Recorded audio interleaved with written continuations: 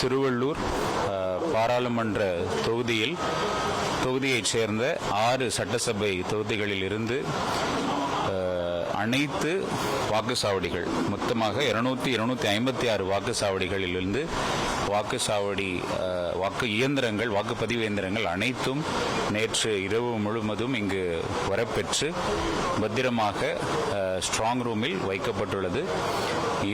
இன்றைய தினம் scrutiny process மதிப்பிற்குரிய ஜெனரல் அப்சர்வர் தலைமையில் நடைபெற்றது. அனைத்து கட்சிகளுடைய வேட்பாளர்களுடைய பிரதிநிதிகளினுடைய முன்னிலையில் நடைபெற்றது. அதில் திருவள்ளூர் தொகுதியில் எந்த ஒரு மறு வாக்குப்பதிவிற்கும் தேவை எழவில்லை என்று அனைத்து கட்சியினர் முன்னிலையில் நம்முடைய பார்வையாளர் அவர்கள் அறிவித்தார்கள். தொடர்ந்து இன்று அனைத்து சட்டசபை தொகுதிகளுக்கு உட்பட்ட அனைத்து ஸ்ட்ராங் ரூம்களும் சீல் வைக்கப்பட்டு கட்சியினருடைய முன்னிலையில் சீல் வைக்கப்பட்டு பாதுகாப்பாக இருப்பு வைக்கப்பட்டுள்ளன. அடுத்து நம்முடைய வாக்குப்பதிவு எண்ணிக்கை நடைபெறும் நாளான ஜூன் 4ஆம் தேதி வரை இந்த இடம் முழுமையாக 2 அடுக்கு பாதுகாப்பில் நம்முடைய சிஐபிஎஃப் மற்றும் நம்முடைய தமிழ்நாடு காவல்துறை இரண்டும் இணைந்து தேர்தல் ஆணையம் வகுத்து கொடுத்துள்ள அறிவுரைகளின்படி அந்த பாதுகாப்பு 2 அடுக்கு பாதுகாப்பு வளையத்தின் மூலம் இந்த அனைத்து வாக்குப்பதிவு இயந்திரங்களும் பாதுகாக்கப்படும். கட்சியினர் அனைவரும் அவர்களுடைய பாதுகாப்பு அம்சங்கள் குறித்து தொடர்ந்து கண்காணிப்பதற்கான தேவையான ஏற்பாடுகளும் வசதிகளும் செய்து கொடுக்கப்பட்டுள்ளன. திருவள்ளூர் மாவட்டத்தில் இந்த தேர்தல் சிறப்பாக நடைபெறுவதற்கு உறுதுணையாக இருந்த அனைத்து அரசுத்துறை அதிகாரிகள், அரசியல் கட்சியினுடைய பிரமுகர்கள் மற்றும் பொதுமக்கள், வாக்காளர் பெருமக்கள் உங்கள் அனைவருக்கும் என்னுடைய நெஞ்சார்ந்த நன்றியை தெரிவித்துக் கொள்கிறேன்.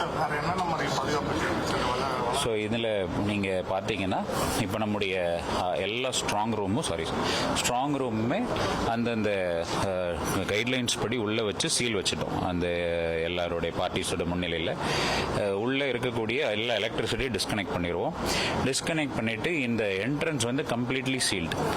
இந்த இதுக்கு இம்மிடியட்டாக அந்த இன்னர் பெரிஃபரி உள்ள அடுக்கில் பார்த்தீங்கன்னா மத்திய பாதுகாப்பு படையினர் அவர்களுடைய பாதுகாப்பு 24 மணி நேரம் இருக்கும்.